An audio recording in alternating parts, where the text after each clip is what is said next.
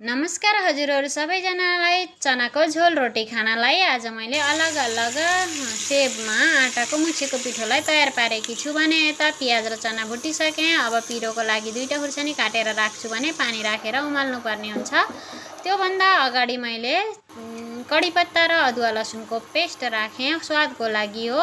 पानी बुग्लो बुग्लो उम्लेपछि तीनटा टमाटर काटेकी थिएँ त्यसलाई पनि राख्दिएँ। यसले अमिलो अमिलो पनि बनाउँछ र झोल बाक्लो पनि बनाउँछ। अब त्यसपछि उम्लेको पानीमा मैले अघि तयार पारेका मुछेर राखेको आटाको पिठोको अलग अलग शेपका टुक्राहरूलाई पालै पालो राख्दै चलाउने हो।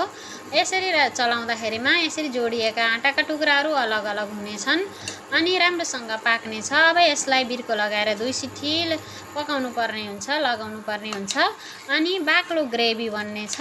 त्यसपछि मैले काटेर राखेको हरियो धनिया र आफैले घरमा बनाएको मसलालाई राखेर 1 मिनेट पकाउँछु अनि टेस्टी बन्छ। तपाईहरुले आफ्नो स्वाद अनुसार बनाउन सक्नुहुनेछ। इच्छा भएमा बनाएर खान सक्नुहुनेछ। हस् त मेरो भिडियो हेरिदिनु भयो धन्यवाद।